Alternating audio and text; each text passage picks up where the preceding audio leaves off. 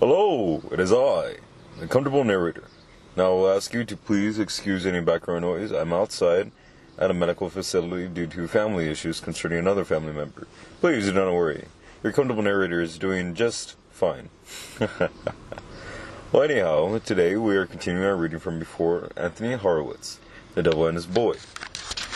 Now let me see here. I believe we ended at the end of chapter 3, so we are on chapter 4.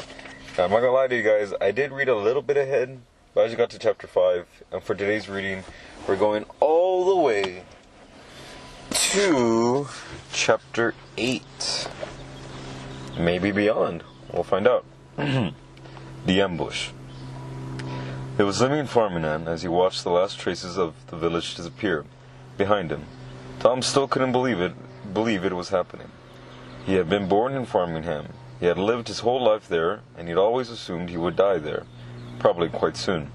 And not only was he leaving, he was on a horse.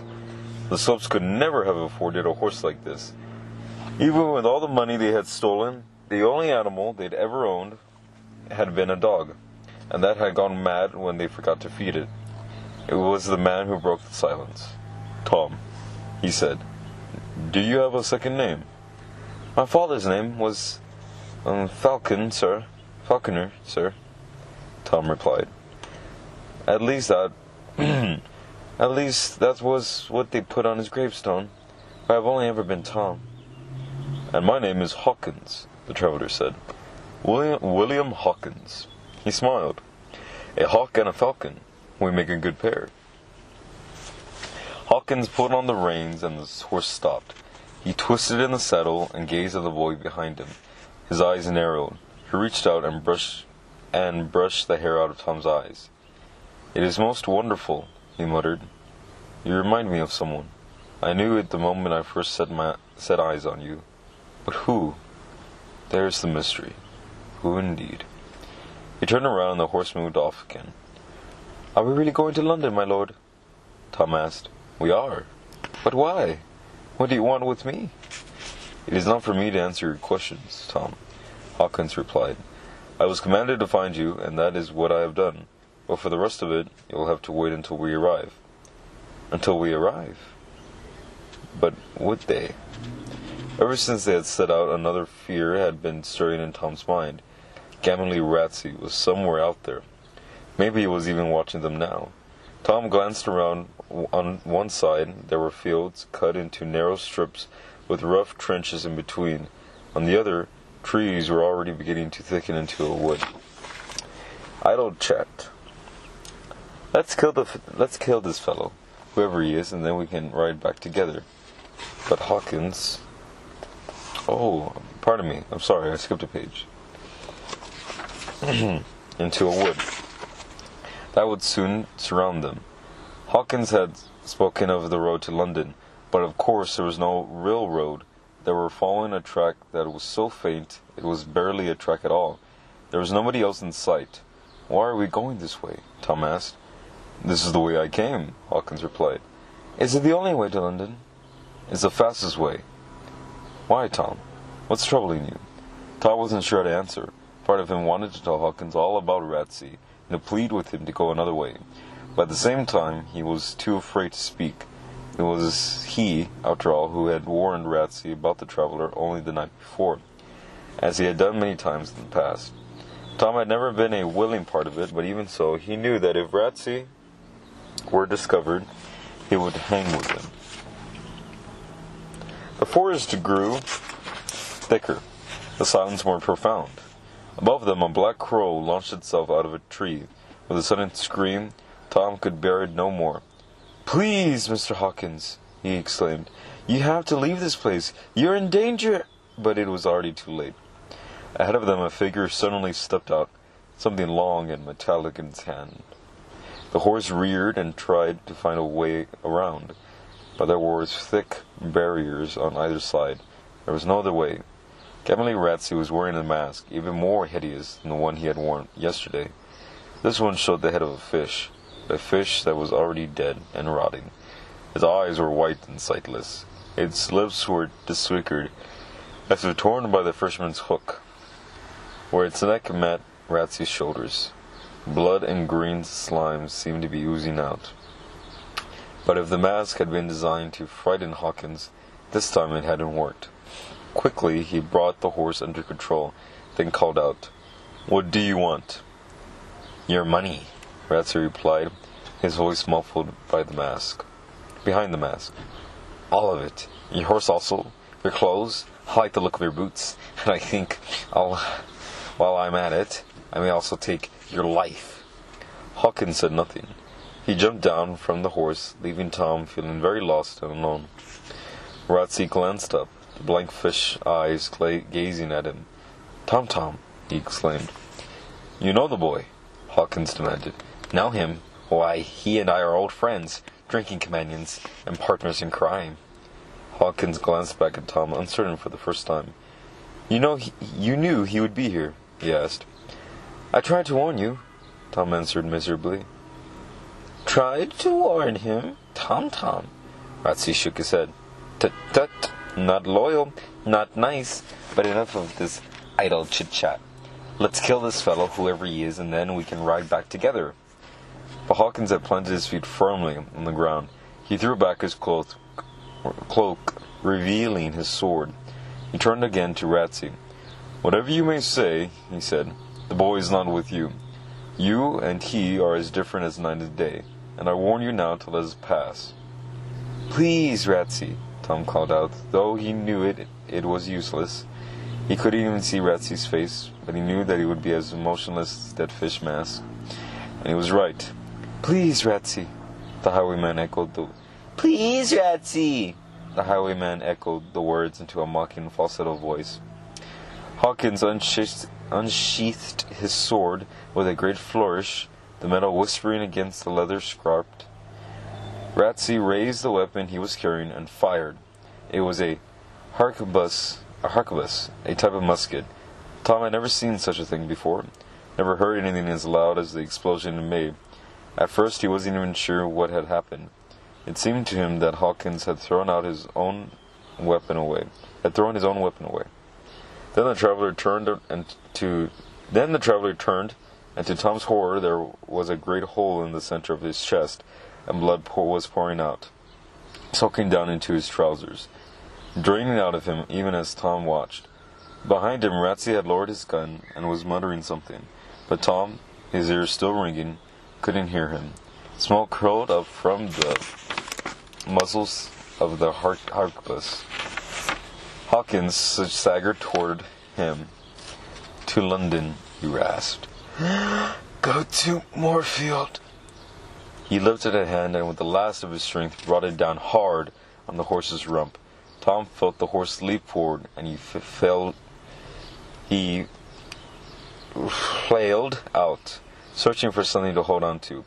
Somehow his fingers found the horse's mane, and he knotted them into it, his whole body tilting forward so that he seemed to be lying rather than sitting on the horse.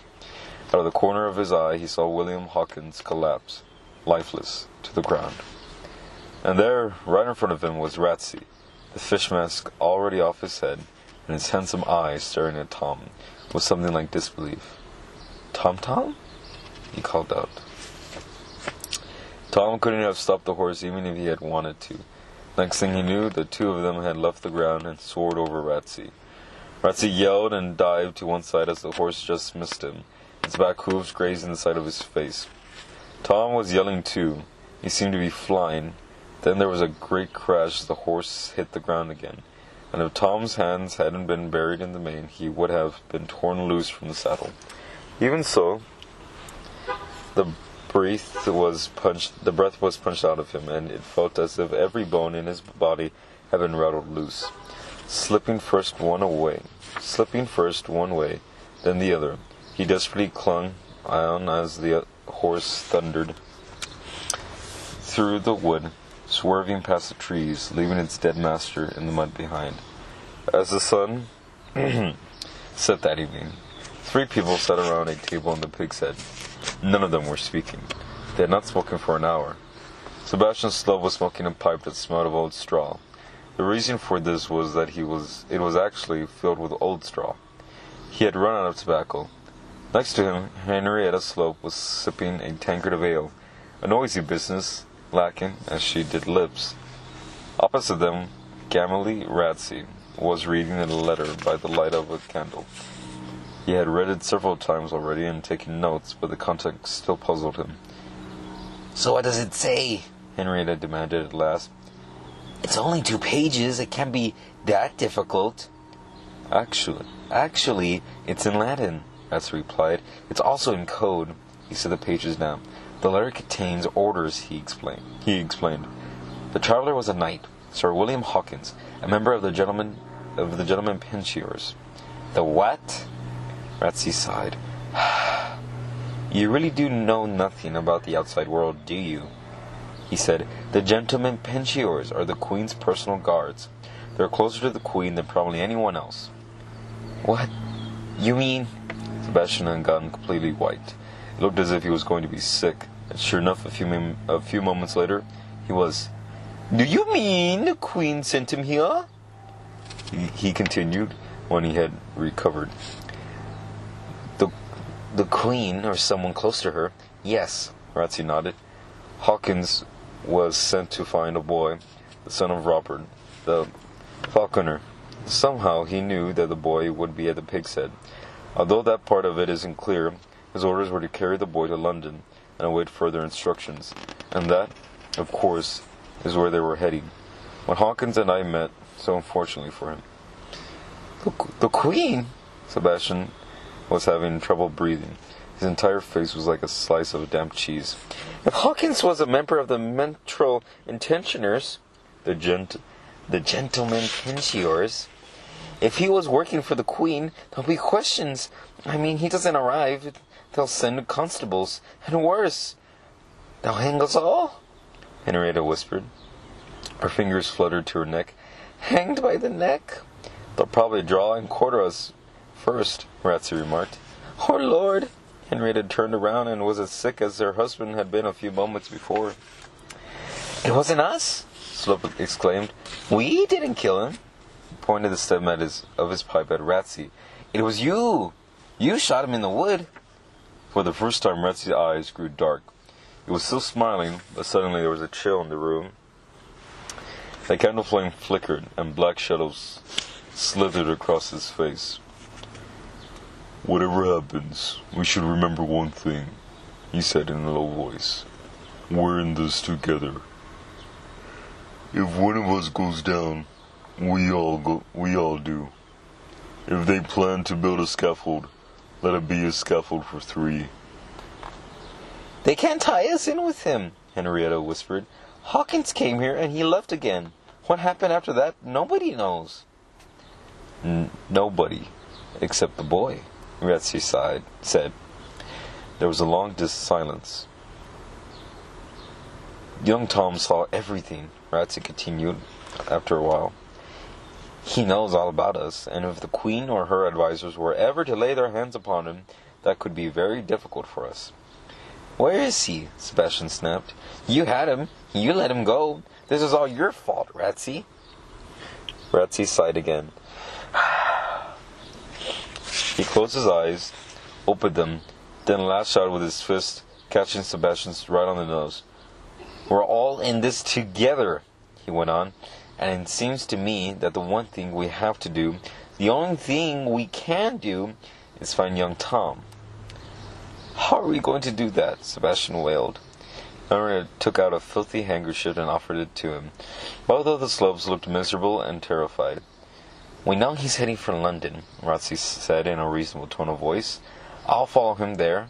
I'll find him, and I'll kill him." "You'll never find him in London," Sebastian gasped. He had stuffed Henrietta's handkerchief so far into his nose that only one corner of it showed. It's a huge place. A vast place. I went there once with my father to do the Christmas shopping. It was horrible. We'd only been there a few hours and he got murdered. He didn't even have time to get me a present." It is a big place," Ratsey agreed. "But I know people, and the people know people. If the boy is there, I'll hear of it soon enough." He got to his feet. "I'll see you 2 lovebirds in about a week," he said. "And forget about Tom. Trust me, the boy's as good as dead." So now they want to kill Tom. So Tom narrowly escaped this horrible lifestyle that he was living, but it's going to come back to haunt him, and that's interesting. Guys, if you want to know how to make up a good story, look up the Dan Harmon Story Circle. There's 8 parts to every story, and the author has done a good job of breaking them down because he gave us the character's development, his settings, where he's coming from. Now they're giving us conflict and a goal to go meet the queen and all this. So that's what's keeping us going. That's what's keeping me interested. Chapter 5. At the Red Lion. 3 days after he had left Framingham, Tom lost his horse, his food, and almost his life. He had been riding hard and had stopped for the night in a small wood just outside the village. He had been too nervous to go into the village itself. He was traveling outside his parish without a license and knew that if he was caught, he would be flogged. And if they decided he was a beggar or a thief, and how else would a boy like him have his own horse? They might burn a hole in his ear or slit his nostrils and brand him on the side of the cheek. And so he was on his own, asleep on a bed of leaves. When the 3 men came, a foot breaking a branch inches from his head woke him, but he was quick thinking enough to keep his eyes closed. "Look at the horse. Look at that horse," a voice whispered. "It's a beauty," whispered the second. Take it, and cut the boy's throat." That was the third voice, slithering out of the night. "No need to kill him," the first voice replied. "He's asleep." "Then take the horse. I have it. Quick." And they were gone. Then they were gone. Tom sat up, shivering. It had been a close escape. If he had so much as opened his eyes, a knife would have been the last thing he would have seen. It was harder after that. For 2 whole days he walked. The rain never stopped, and soon he felt as if the water were going right through him. He had no food. After 24 hours, his head was spinning, and he could barely see the road ahead. At the start of his journey, he had done his best to avoid people. Now, it was the other travelers who avoided him. He was a doomed, half-frozen boy, dying on his feet. Nobody wanted to come near. On the 6th day, just after the sun had set, Tom came into a town. At least he assumed it must be a town. He had never seen so many tall and solid buildings so close together. The first of these was an inn. It was 3 floors high, its windows ablaze with light, with flaming torches in front of the main door. The front of the inn was a brilliant pattern of black beams and white panels, with a wooden balcony running all the way along the front. A cobbled pathway led underneath a wide arch and into an inner courtyard, and even as Tom watched, a great carriage pulled by 4 horses arrived and rattled past. Oh wait, I'm sorry guys. Wide arch and into an inner courtyard, and even as Tom watched. Okay. Under an inn. Immediately, 2 hosters dressed in brown aprons appeared and ran forward to help the passengers dismount. At the same time, a huge man with a black beard appeared, laughing at nothing in particular and chewing what looked like a leg of a lamb. Somehow Tom knew that this was the landlord. "Welcome, welcome!" the man bellowed. "All men are welcome in the Red Lion of Enfield. Come in, come in! Ha ha ha ha!" Tom watched as they went in, laughing and chatting among themselves. For a moment he was swayed on his feet. He had no more strength left. If this was London, then London would be where he would die. He took a deep breath. His position was hopeless. He had nothing to lose. With the last of his strength, he forced himself across the road. The innkeeper had just seen the last of the guests into the building when he noticed Tom, covered in mud from head to foot, and looking more like a broken-down scarecrow than a 13-year-old boy. The innkeeper frowned. "What do you want? What do you want?" he demanded. Please, sir." Tom had to concentrate to make his lips move. "May I work for you?" "Work for me? What the devil makes you think I need a young beggar like you? What work do you want? What work can you do?" "I can tend to the horses, sir. I worked at an inn in Framingham." "Framingham?" The innkeeper's eyes narrowed. That's many miles from here. Run away, have you? Do you know what happens to the cursed cheats who run away from their masters?" Tom was too tired to argue. He turned around and was about to leave. The innkeeper grabbed hold of him and yelled out, "Quickly!" The door opened, and a plump, gray-haired woman dressed in an apron and cape came out. She had a narrow face with a pointed chin and such wide eyes that she seemed to be permanently amazed about everything. "Yes?" she demanded. "See for yourself, Mistress Quickly," the innkeeper replied. "This young apple squire is demanding work. Would you believe it?" Quickly, for it seemed that was her name, glanced at Tom with distaste. "He's more mud than boy," she remarked. "In fact, he's a muddy disgrace." "Exactly what I thought you would say," the innkeeper boomed. "So what shall we do with him?" "Well, let's take him inside. Look at him. He's standing in a puddle." She pulled Tom out of a puddle. "I think I have a perfect task for him." "Good for you, Mrs. Quickly," the landlord cried. "You be sure that our little gypsy works. Work hard. Hard work. Non-stop work. That is the order of the day." Tom allowed himself to be dragged into the Red Lion, his head spinning. He had never been inside a building quite like it. Peawater plates piled high with food being carried to stables flashed in front of his eyes. There were pigeons and pastries, eggs and oysters, lamb, beef, pork, and huge golden chickens. Hundreds of candles burned in the inn, but they were hardly needed with the glow of not one but 3 fires turning everything bright red. And the people. Tom had never seen so many people dressed in the finest clothes, walking in, talking and laughing as they ate. Through here, Tom found himself being pushed through a door, and suddenly he was in a kitchen, where of course he belonged. But with a heavy heart, Tom knew that he couldn't work. He could barely stand, and when the woman saw he was good for nothing, he would soon be back out in the rain. "Very well," Mistress Quickly exclaimed. "I want you to sit here, child." She gestured at a seat next to a fire. "Your task..." Oh, apologies, guys. "Your task is to make sure that that fire doesn't go out. Do you understand?"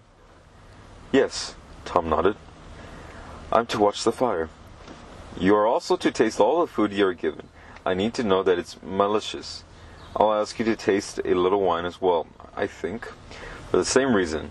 Do you think you can manage all that, sitting by the fire, eating and drinking?" Tom nodded, amazed. Good, Mistress Quickly beamed. I'll snatch up with you later." And then she was gone. Tom couldn't believe his good fortune. He knew, of course, that these weren't real jobs at all, that the innkeeper and the woman had taken pity on him, and had saved him from death by cold and starvation. It was the first time anyone had been kind to him in his entire life. And a short while later, when a smiling girl brought him a plate of meat and bread and a cup of wine, he had to fight to keep the tears from his eyes. After that he slept, half leaning against the wall, the flames from the fire warming his hands and face. When he awoke, someone was towering over him. He looked up, alarmed, but it was only Mistress Quickly. "Recovered your strength?" she asked. "Yes, thank you." "Child, there's no need to spank me," she smiled. "Have you ever seen a play?" "No," Tom said. "Then you're fortunate. We have the players in tonight. Come out and see." The only entertainment Tom had ever seen in farming had been minstrels, usually out of tune, and jugglers. A bear baiter had once visited the town with an old, half-starved bear, but the sight of the poor animal being stoned and tormented had only made him feel miserable. Another time, a group of players had stayed at the Pig's Head, but they hadn't performed. The parish didn't approve of plays. The fact was that Tom had very little idea of what a play even was. He doubted he would be able to understand it, and thought it would be rather dull. But when he followed Mistress Quickly into the courtyard, the first thing he heard was roars of laughter from the crowd, who now lined the balconies leading around the inside of the inn, and who were backed neck and neck on the ground below. The players, about a dozen of them, had set themselves up at the far end, using one wall of the inn as a backdrop to a makeshift stage. Torches and candles blazed everywhere, turning night into day, and as Tom watched they acted out their story, turning the Red Lion into another world. It was a mad story. The play was about two sets of identical twins, two masters and two servants, who accidentally turned up in the same city. Because they looked exactly the same, the masters kept on confusing the twins, and the twins kept on mistaking the masters until everyone was chasing everyone else all around the stage. Tom soon found himself swept up in a way he had never known before. It was as if all his own problems were forgotten. For 2 hours, William Hawkins, the Slopes, and Gamaliel Ratsey simply didn't exist. It was a wonderful feeling to be so lost in something that nothing else mattered. If Tom had kept his eyes on the stage like everyone else, he might not have seen what had happened next, but he enjoyed watching the audience too. He had never seen so many people having such a good time, and it was while his eyes were on them that he saw the thief at work. The thief was a boy, a couple of years older than himself. He was wearing a thick red cloak with a tall hat on his head and brown trousers, ballooning out at the knees. The boy had a rather round face, long, fair hair, and thick lips. The boy was standing right behind a wealthy-looking merchant, and as Tom watched, he reached forward, his hand disappearing underneath the man's cloak. At the same time, his other hand drew out a short sword and cut through the man's purse. Tom gasped. It had taken less than 5 seconds, and now the purse was in the boy's pocket, and he was already moving on to the next person in the crowd. Mistress Quickly was standing next to Tom. "What is it?" she demanded. "There! He stole that man's purse!" Tom lifted his hand and pointed at the boy. At that very moment, the boy looked up at Tom, and to Tom's astonishment, his face broke into a broad smile. But Mistress Quickly wasn't amused. "A foist!" she yelled. "There's a pickpocket! There's a pickpicket in the house!" At once the play was forgotten as the audience exploded. They knew there was a thief among them. The only trouble was they didn't know who he was. "There!" Mistress Quickly shouted again. The thief took one last glance at Tom. Slowly he shook his head as if to reproach Tom for spoiling his fun. Then he pointed at a fat, bald man 2 rows behind him. "That's him!" the thief cried out. "What?" the bald man began, then yelled as someone punched him full on the nose. The bald man reeled back, blood flying, then crashed into 2 more members of the audience. This sparked off a second flight, and moments later, the entire audience was shouting and swearing, exchanging blows, and sprawling over the courtyard. On the stage, the actors tried to continue the scene, realized it was hopeless, and stopped to watch. Now it was the actors who had become the audience, and the audience who provided the entertainment. Just in front of the stage, 2 men began a sword fight. A very old lady lashed out with a surprisingly strong fist. The merchant had the shirt ripped off his shoulders, while 2 more grappled with each other's beards. Tom looked down on the battlefield, searching for the boy who had started it all. A moment later, he saw him. The boy had reached the archway and was slipping out into the street. The boy looked back and saw Tom. He took out his stolen purse and raised it in a defiant gesture, then drew a quick finger across his nose. His meaning was clear. "To hell with you! To hell with you all!" Then the boy turned, and a moment later, he had gone. Interesting thing here, guys, is foreshadowing. So the author introduces this character, the small boy, because the author didn't have to include this boy at all. He could have simply just said the play ended, he was nice, Tom had a good experience, and then he was sent on his way. But no, the author decided to add this little detail of this mystery boy. And this is definitely foreshadowing, guys. This guy is definitely going to show up later on throughout the book. If he doesn't, I would be very surprised, because then the author would miss out a chance on some character development and some addition to his plot. Anyway, one sec, guys. Just going to take a small drink of water, and then I'll get right back to it. I know, I feel bad. It's just I have to do these in one sitting, because I can't pause. Alright, let's get back to it. Chapter 6. Paul's Walk. The following morning, Mistress Quickly and the innkeeper said their goodbyes. There was a cart making the short journey from Enfield to London, and they had arranged for Tom to be given a ride. "You look after yourself, young Raquel," the innkeeper boomed. "And when you reach London, be sure you head for St. Paul's." "Where's that?" Tom asked. "St. Paul's Cathedral. You can't miss it. As for Paul's Walk, that's the best place to find honest work." "Farewell," Mistress Quickly cried. It was lovely meeting you." The cart set off, and although Tom had slept well the night before, he found his eyes closing once again. Soon he had drifted back into sleep. He was woken by the sound of a bell tolling. He sat up and blinked. The cart was rumbling past a prior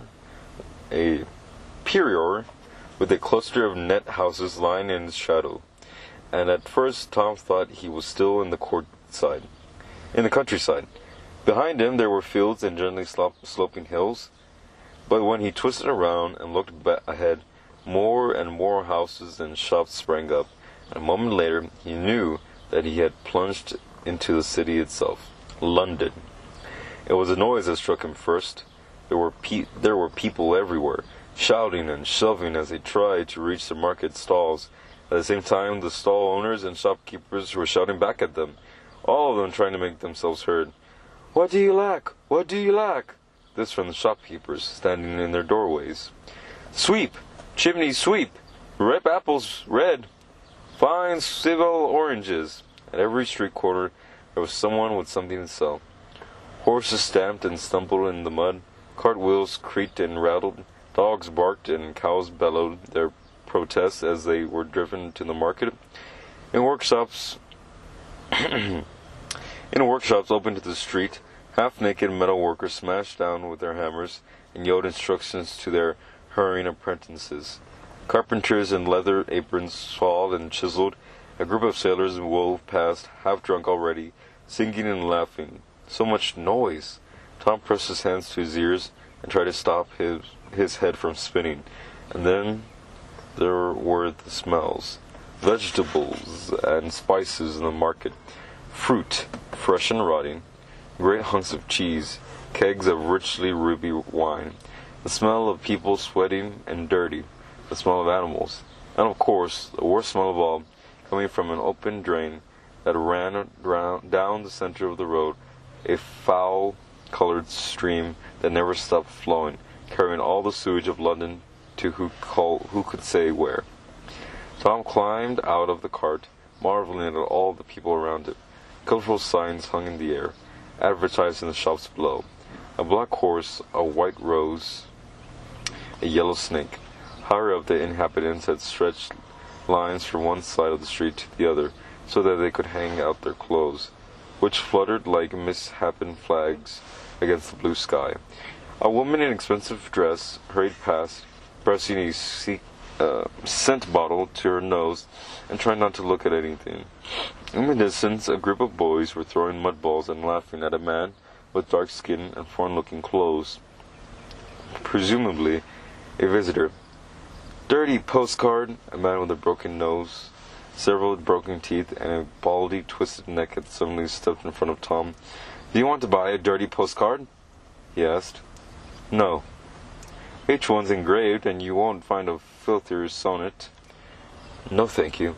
The innkeeper had advised Tom to go to St. Paul's Cathedral, and that at least was easy to find. The driver of the cart pointed the way, and Tom followed a narrow, curving lane until it suddenly opened into a great square where a priest, dressed in black and white, was addressing a crowd of 100 people. The cathedral stood behind them, a mountain of brick and stone, of soaring windows and towers. Tom wouldn't have believed it was possible to build anything as big as this. The main tower seemed almost to touch the sky, and surely would have if only it hadn't managed to lose its steeple. He went inside. It was almost lunchtime, and St. Paul's was beginning to empty. Tom walked slowly up to the center easel, its great stone pillars standing like some enchanted forest all around him. A door slammed shut, and the sound echoed through the chamber. There were a few men lounging against the pillars, Some were talking in low voices in the shadows. One man was counting coins into the outstretched palm of another. Everyone in the church seemed to be watching someone else, and it occurred to Tom, that nobody was actually praying. He reached a tall wooden door, covered from top to bottom with slips of paper. A handful of men had been examining these as Tom approached, but now the men dispersed, and he found himself alone. The pieces of paper were covered with words. Tom recognized a few of the letters, but of course he couldn't read. "What are you looking for, my dear boy?" The speaker was a small, fat man, almost as round as he was tall. He reminded Tom of a snowman. His eyes were as black as coal. His nose was long and pointed, and his head seemed to balance on his shoulders without the benefit of a neck. He was wearing black trousers and a white shirt, frayed at the elbows. The fur on his collar looked suspiciously like a rat. What? Tom wasn't even sure that the man was talking to him. "You're new in the town," the man smiled. His lips were wet and rubbery. "I have not, I think, seen you here before." "I arrived today." Tom was afraid to give any information away. He had taken an immediate dislike to the man without quite knowing why, but the man seemed unaware of it. "You have come to the right place," he said. "My name is Grimley James. James Grimley, at your service." He tried to bow, but his stomach was too round and didn't have anywhere to bend. "So you are searching for employment?" "I might be." "How nice!" The man ran his eyes over Tom, as if he were inspecting a horse or a piece of meat. "If you were, that is, searching for work," he went on, "I might be able to help you." "Try to help." "How?" "I have a large number of people in my employ, young lads like yourself. James Grimley's boys are well known on the streets of London." "What sort of work do they do?" Tom asked, feeling more uneasy by the minute. "Charity work," Grimley explained. He giggled. "Yes. There are people, you see, who need to give to charity, and so it follows that there must be people who are charity. That is what I supply. That, if you like, is my boys." Tom didn't quite understand this, but knew he did not like it. "Thank you, Mr. Grimley," he said, "but no." "Your choice, my dear fellow. Of course it is. Maybe soon you'll think again. But for now, I leave you to dine with Duke Humphrey." Tom frowned, not knowing what he meant. Grimley pointed a large stone tomb. "Humphrey, Duke of Gloucestershire," he explained. "No money? No food? Then you are on your own with him." The little man laughed and walked away, his boots clattering on the stone floor. Relieved to see him go, Tom turned and was about to go back to the way he had come, when he stopped and froze. The main door must have opened and closed while he was talking to Grimley. A man had come in and was talking to another. A man had come in and was talking to another cluster of men, asking them questions. Even from a distance, Tom recognized his long, black hair, his slim, languid body, his penetrating blue eyes. Gamely Ratsey had followed him to London. Somehow he had overtaken him on the road. If he so much as raised his head, he would see Tom. Tom knew he had to hide. He looked the other way. James Grimley had almost reached the far door. Before he knew quite what he was doing, Tom had caught up with him. Grimley's snowball head swelled on his shoulders. He didn't look surprised to see Tom. "My dear boy," he said, "my most likable fellow, do I take it that you have already reconsidered?" "Yes," Tom blurted out, "I have." He was almost whispering, afraid that Ratsey would hear him, even though he was all the way on the other side of the cathedral. "Then let us hurry to my offices before you change your mind again," Grimley said. "We must prepare you for your work. It will mean certain changes. The sooner they're done, the sooner you can start." Tom nodded, although he had heard little of what the men had said. Leaving Paul's walk behind them, the two set off together. Grimley had a yard at the end of a dark, narrow alleyway near the Thames. The city was much quieter here, with fewer people on the streets and a damp, evil-smelling fog in the air. Slimy water and mud rose over Tom's ankles as the two of them hurried toward a pair of moldering wooden gates. "My home," grimly muttered. He opened the gates and ushered Tom inside. The gates led into a rough, partly cobbled courtyard, squeezed between three buildings that seemed to be leaning on each other to stay upright. Tom looked around him, growing more uneasy by the minute. Set in the middle of the courtyard was a single wooden chair, with a high black and solid arms and legs. Tom had no idea what the chair was for, but there was something about it that made him go cold inside. "Belcher," grimly called. "Snevel, fetch the book. Show yourselves. We have a new recruit."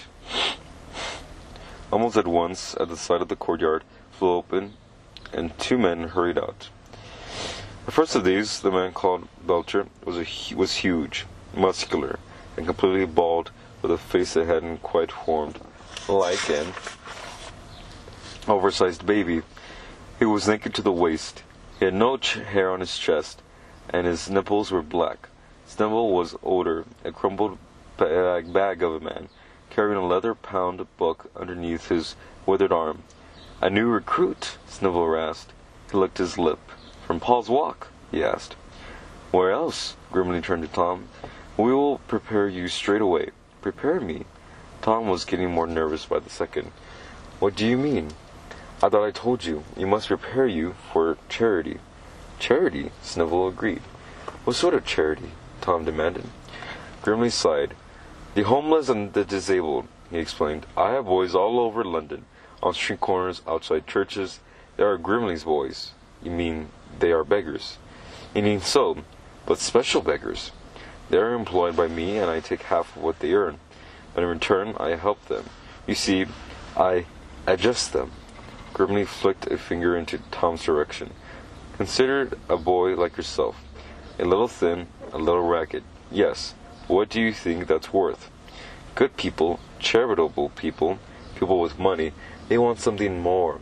Oh yes, they might give a penny to a child shivering with cold, but how much more do you think they would give to that same child, missing a leg?" Grimley had barely spoken the last three words before Tom was running for the gate, but Belcher had been expecting it. Before Tom had taken 2 paces, he was grabbed from behind and dragged screaming to the wooden chair. There was nothing he could do, as he was forced down, his hands and feet securely fastened with rope. It was over in a matter of seconds.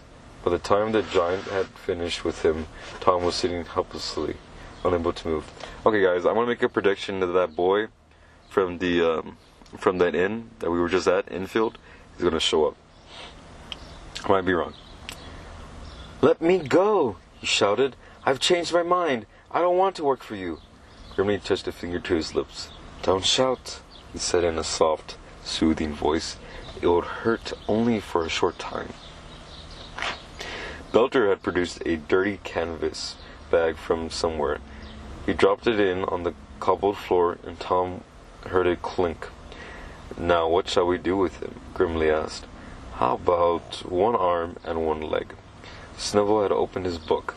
"We did one of those last week," he said.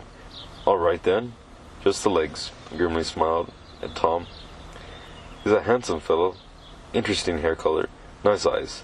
Let's leave the top half alone." Belcher grabbed hold of him, and Tom screamed. Then the doors of the yard crashed open.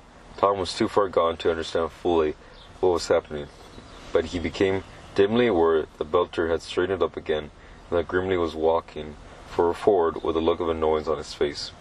"You!" he exclaimed. "What are you doing here?" Tom forced his head to turn so that he could see the new arrival. A boy, a few years older than himself, was standing by the open door, leaning against the wall and smoking a pipe. He was looking at the scene with what could only be described as an amused smile. Tom thought he had seen the boy somewhere before, but he told himself that was impossible. "Let the boy go," the new arrival demanded. "What?" Grimly looked more sad than angry. "But he came here of his own choice," he protested. "I found him at Paul's Walk. Oh, yes. and you explained to him all about your little adjustments, I'm sure, just like all the others. Wait a minute, we can talk about this. Out of the corner of his eye, Tom saw Snivell reaching into a fold in his shirt. While Grimly prattled on, the old man's hand inched out, and now it was holding a wicked-looking knife. Tom opened his mouth to call out a warning to the boy, but there was no need. In a single movement he swept back into his cloak to reveal a short sword, which was suddenly out of his scabbard and in his hand, slicing through the air. The blade caught the edge of the knife, tore it out of Snivell's hand, and sent it spinning into the air, to clatter harmlessly on the ground. Then the point of the boy's sword was at Grimly's throat, pressing against his skin. "Please?" Grimly's black eyes bulged. A bead of sweat trickled over his neck. "This is just business. It has nothing to do with you. He's my boy. I found him." The older boy shook his head and pressed a little harder with the sword. "Not this one," grimly. "He's a friend of mine. Let him go." A friend of mine? So Tom was right. He had seen the boy somewhere before. But where? Grimly had one last try. "But look at him," he moaned. "Nice face. Intelligent eyes. But sad with it. We were just going to take off his legs. He'll make us a fortune." "Maybe," the boy replied, "but you won't be alive to enjoy it." His hand tightened on the sword. "You tried to recruit me when I first arrived in the city," he went on. I often think I should have cut your throat then.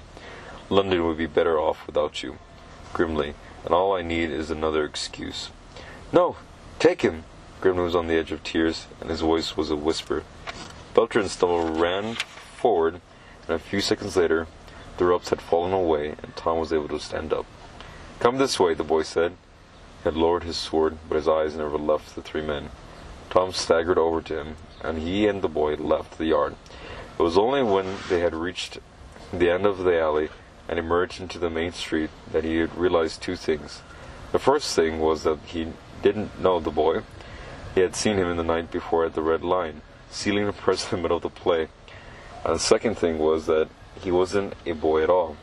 He might be wearing trousers, carrying a sword, and smoking a pipe, but Tom had just been rescued by a girl. What a twist! Alrighty, guys. So my prediction was right, and I am happy about that, because now the author is going to develop both of these characters, I'm sure. And let's move on to the next chapter. Chapter 7. Mole Cutpurse. "My name," she said, "is Mole Cutpurse." "Cutpurse?" Tom frowned. "Is that your real name?" "One of them. I have many." Mole thought for a moment. "I used to be called Mary, but I soon put an end to that. Much too girlish." She rubbed her chin as if hoping to find stubble there. "You would not wish to be a girl," she said. "Not in the 16th century." "What do you do?" Tom asked. "What do you think I do?" Mole exclaimed. "I'm a thief, a very qualified thief. In fact, I came in first in my class." She and Tom were sitting in a small square room above a shoe shop. The building was perched on the south bank of the river, so close that Tom could hear the water lapping against the brickwork. The single room contained a bed, 2 chairs, a table, a cupboard, and a small fire that struggled to keep out the damp. However, the windows had glass, the roof didn't leak, and as Mole was quick... Sorry, guys. The roof didn't leak, and as Mole was quick to point out, it didn't have rats. She had warmed up some stew over this fire and served it on two thick slices of bread. She had no plates. Somewhere she had found a bottle of wine. Now the two of them were gazing at each other over the table. "I dare say you want to know how I found you," Mole said. "Yes. It was luck, really. I sat at St. Paul's Walk. I go there as does everyone. I saw you meet up with Grimly, and I followed you. But why? Why did you save me?" "Because I wanted to kill you myself." Tom stared. Mole was still wearing her sword, and he waited for her to draw it, but her hands didn't move. "He cost me a small fortune in the Red Lion," she went on. "Never had I seen so many persons, and I'd have had a dozen of them if it hadn't been for you, and you could have got me hanged." "I'm sorry. It's a bit late for that now." Tom gestured at the sword. So why haven't you? He asked. Killed me, I mean. Mole shrugged. Because if you were stupid enough to go off with James Grimley, you were probably too stupid to know what you were doing in the Red Line. Anyway, don't ask too many questions or I may change my mind. Mole got up and put another piece of wood on the fire. Tom looked around. There were only the two of them in the room, but he couldn't shake off the feeling that they were being watched. He turned to the window. It was growing dark, and there were no boats out on the Thames. Do you have parents? He asked. My father used to run the shoe shop downstairs, Mole replied, but he died of the plague. My mother, too. I think I had a brother, but he disappeared. Anyway, I'm on my own now. There was a long silence. Mole leaned forward and put another log on the fire. The flames reached out tiredly to consume it. Can I stay here? You're not serious. I've nowhere else to go. That's your problem. Mole glanced at Tom and sighed. All right, one night. Maybe two. But I have no liking for boys. Particularly stupid boys who don't know what they're doing. What are you doing? I suppose you're a runaway. Left your master, have you? I didn't run away. It wasn't like that. Then what was it like? You might as well tell me. Not that I'm offering to help. So Tom told her his story. His life with the Slopes and Gamley Ratsey, the rival of William Hawkins, and the ambush in the woods. Mole's eyes narrowed when she heard Ratsey's name, and when Tom told her how he had seen Ratsey at Paul's Walk, she shook her head doubtfully. You know him? Tom asked her. I have heard of him. Everyone has heard of Ratsey, but it's unlike him to be down here in London. I think it's bad news for you. That's what I thought, Tom agreed. He's dangerous. As long as he's here, you're in danger. He'll find you soon enough. When he does, well... Mole drew a finger across her throat. That's very encouraging, Tom muttered. Mole thought for a moment. Tell me more about Hawkins, she said. I've told you everything I know. That's the part of your story that makes no sense. Mole took out her pipe and lit it. He was obviously a gentleman, maybe even a member of the court. He asked questions about you and about your parents, and then he seizes you and brings you back here. He said I should go to Moorfield, Tom said. But why? What did he want with you? A nobody? A nothing?